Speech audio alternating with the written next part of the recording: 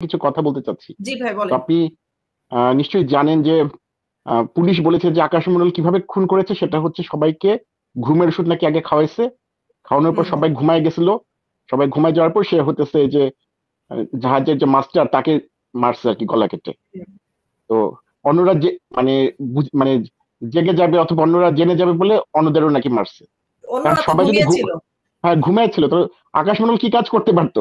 যে সবাই ঘুমায় আছে, সে মাস্টারকে জাহাজের ক্যাপ্টেনকে খুন করে সে নিজেও গিয়ে ঘুমের ওষুধ খায় ঘুমায় থাকতে পারতো।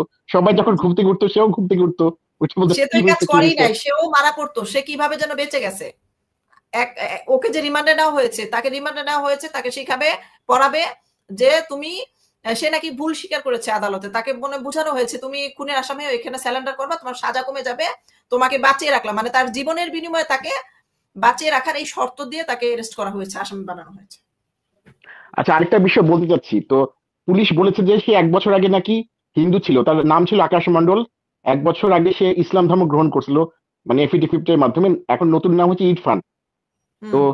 সে ইসলাম ধর্ম কেন গ্রহণ করছিল, তাকে নাকি বলা হয়েছিল ইসলাম ধর্ম গ্রহণ করলে সে নাকি একটা চাকরি পাবে। এই চাকরির লোক আচ্ছা। মানে প্রয়োজনে, সে অভাবে ছিল, চাকরির প্রয়োজনে সে ইসলাম ধর্ম গ্রহণ করছে। তাকে তো চাকরি দিচ্ছে, কিন্তু চাকরি দিচ্ছে কিন্তু বেতন দেয় না। এই ক্ষোভে নাকি সে হত্যাকাণ্ড করছে। এটাও একটা জিনিস, যে এটা হচ্ছে মানুষকে যে লোভ দেখায় মুসলমান না, বানানো। তার পরিবার এটা কিন্তু সেটা বাংলাদেশে বলে হচ্ছে যে, নাই যে সে ধর্ম চেঞ্জ করছে, এটা কিন্তু তার পরিবার থেকে শোনা না যায়নি। এটা পুলিশ তো বলছে, পুলিশ বলছে না যে তার নাম হচ্ছে আকাশ মণ্ডল, যে ন পুলিশটা মুসলিম। বিবৃতি দিয়েছে সেই পুলিশটাকে পুলিশ মনে হয় না, তার কোনো ক্লিন শেপ নেই। হ্যাঁ, মানে একটা নর্মাল একটা লোকটাকে ডেকে এনে কেমন যেন একটা পুলিশ বানানো হয়েছে এরকম মনে হচ্ছে। কালো পোশাক পরা যে লোকটা বিবৃতি দিল তাকেও পুলিশ মনে হয়, পুলিশের লোক মনে হয় না। না, এখন যদি ঘটনা সত্যি হয়ে থাকে, পুলিশ যেটা বলছে যে সে ন মুসলিম, সে হচ্ছে আগে হিন্দু ছিল, নাম ছিল আকাশ মণ্ডল, এখন ইসলাম ধর্ম গ্রহণ করার পর নাম হচ্ছে ইরফান। তো এই যে মানে চাকরির জন্য ইসলাম ধর্ম গ্রহণ করলো কিন্তু বেতন পেলো না, এটাও কিন্তু একটা মানে চিন্তার বিষয়, যে বাংলাদেশে এভাবে অনেক মানুষকে হতেছে টাকার প্রলোভনে অথবা চাকরির প্রলোভনে মুসলমান বানানো হয়, কিন্তু তাদের শেষ পরিণতি কি হয় এটাও দেখার বিষয়। আচ্ছা, আরেকটা জিনিস, সেটা হচ্ছে আমাদের যে অনেক সময় ওয়াজ মাহফিলে অনেক হিন্দুকে মুসলমান বানানো হয়, মানে সবাই লোক দেখানোর জন্য। তো এটা তারা কি উদ্দেশ্যে ইসলাম ধর্ম গ্রহণ করে, সেটাও আমার একটা প্রশ্ন রয়ে গেল। আচ্ছা, আমি পরে বলবো, এখন নতুন একজন ভাই আছে তৌসিফ, উনি যদি কোনো প্রশ্ন করতে চায় করতে পারে। আমি সেটাই বললাম, জাহাজের এই বিষয়টার ভিডিওটা আমি খাওয়ার সময় দেখছিলাম, তার বউর বক্তব্য, তার পরিবারের বক্তব্য, এবং সেখানে উঠে এসেছে সে বাড়িতে গেছে, মানে ঘটনা থেকে বেঁচে কোনো রকমে জীবন নিয়ে পালিয়ে তার বাড়িতে আশ্রয় নেয়। বাড়িতে গিয়ে মানে তাদের কোনো বাড়ি নাই, তাদের বাড়ি আগে কেড়ে নেওয়া হয়েছে, তারা হিন্দু বলে তাদের সম্পত্তি কেড়ে নেয় কোনো একজন ব্যক্তি। তখন তারা বাড়ি ঘর হারা, সহায় সম্বল হারা হয়ে বড় ভাই শ্বশুর বাড়িতে আশ্রয় নেয়। বেশ কিছু বছর ধরে এখানেই থাকছেন। তো এইখানে তার ওয়াইফও আছে। তো সে নাকি গিয়ে খুব ভীত ছিল। একটা মানে কারোর সঙ্গে কোনো কথা না বলে একটা খাল পার যেয়ে বসেছিল। এখানে তো নদীমাতৃক, খাল মাতৃক দেশ। তো সেখানে হয়তো হয় নদীর পার না হয় খাল পার, সে বসা ছিল। তখন তার অনেক মানে সে নাকি অনেক ভীত ছিল, কারোর সঙ্গে কথা বলছিল না। ওই মুহূর্তে তার হাতে একটা ফোন আসে এবং এই ফোনটা লাউড স্পিকারে দেওয়ার পরে তার পরিবারের লোকজনও সেই কথাগুলো শুনতে পায় এবং তাকে বলা হচ্ছিল যে তুমি তো মানে তুই তো জীবন পেয়েছিস, তাহলে তুই এই কাজটা কর। মানে তাকে পরে তার খবরে দেখায় নাই। তুই তো জীবন ফিরে পেয়েছিস, বেঁচে আছিস। তো বেঁচে থাকার বিনিময়ে তাকে এই যে খুনের আসামি বানানো হয়েছে এবং এটা পূর্ব পরিকল্পিত। শুধু ওই যেদিন ঘটনাটা ঘটছে পরে নাটক বানানো হয়েছে ওরকম না। এই ঘটনাটা একদম আরো অনেক মানে যেরকম মেটিকুলাস প্ল্যান করে সরকার পতন করা হয়েছে, এইটাও সেম ওয়েতে অনেক পুরনো একটা মানে পরিকল্পনা এখন সফল সফল করেছে, যেটা দিয়ে এই জাহাজে কোনো চুরি হলো না, ডাকাতি হলো না, বানানো হলো ডাকাতির নাটক। তো ডাকাতি হলো না, তাহলে জুয়েল যে হাসপাতালে আছে একজন যার গলা কেটে শ্বাসনালী কাটা, সে কিন্তু লিখেছে যে ৯ জন আসছিল আক্রমণ করতে। ৯ জনের মধ্যে তাকে যখন গলা কাটা হয় তখন তার জ্ঞান ফিরে না। জ্ঞান ফিরার পর সে দেখা যায় সে মানে তাকে হাসপাতালে নেওয়া হচ্ছে। সে অজ্ঞান অবস্থায় পড়ে থাকে।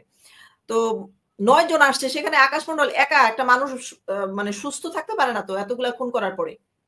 আবার সে কি নিজের বাড়িতে যাবে? তারপরে ১ম খবরে বলা হয়েছে যে সে আ আ যে যারা এসে মেরেছে তারা তো ডাকাতি করার জন্য আসছে। কিন্তু ডাকাতি কিছুই করে নাই এবং যারা হত্যার শিকার হয়েছে তাদের মানি ব্যাগ, মোবাইল সবকিছুই তাদের সাথেই ছিল মৃত ব্যক্তির।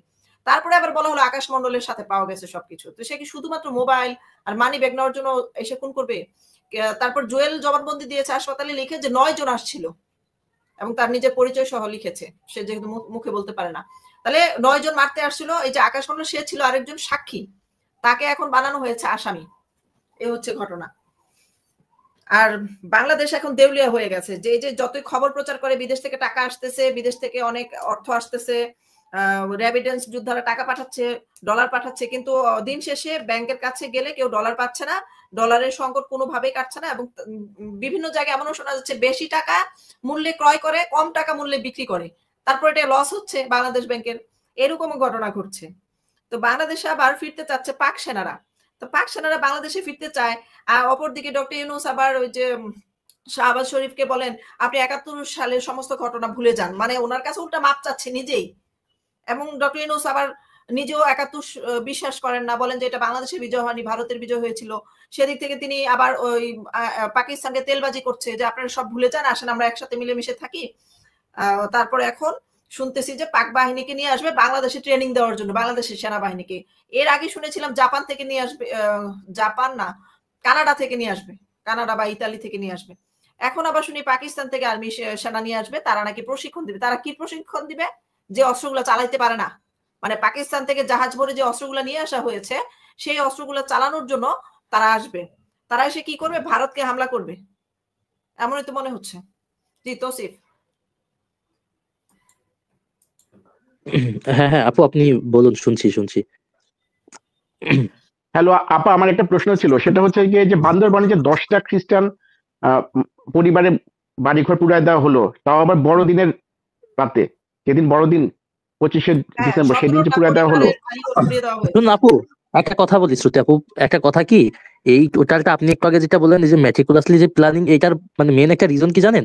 এই যে মানে ওরা যে জাহাজে করে তারপরে এই যে আপনার কার্গো টার্গোতে এই যে এত অবৈধ অস্ত্র বা অনেক অবৈধ জিনিস বাংলাদেশের মধ্যে ঢুকছে, হ্যাঁ, এতে তো ধরেন যেমন হচ্ছে মানে ইন্ডিয়া যেমন মাথা ঘামাচ্ছে, তেমন বাংলাদেশে যারা হচ্ছে সচেতন নাগরিক তারা যেমন মাথা ঘামাচ্ছে, নেটিজেনরা মাথা ঘামাচ্ছে, হ্যাঁ, যারা বিশ্লেষক আছে তারা মাথা ঘামাচ্ছে। এখন এই জায়গাতে এই জিনিসটাকে মানে বন্ধ করার জন্য, মানুষের চুপ করানোর জন্য, ঠিক আছে, এইরকম একটা জাহাজে ঘটনা ঘটাচ্ছে ওরা, ঠিক আছে, ঘটিয়ে যে পরবর্তীতে যেন কেউ এরকম কোনো কথা বলতে না পারে, এবং বললে ওরা একটা কারণ বা রিজন দাঁড় করিয়ে দিবে ওখানে, ঠিক আছে। এই টোটালি এটা শুধুমাত্র এদের এই অবৈধ অস্ত্র দেশে ঢোকানোর জন্য টোটালি একটা নাটক।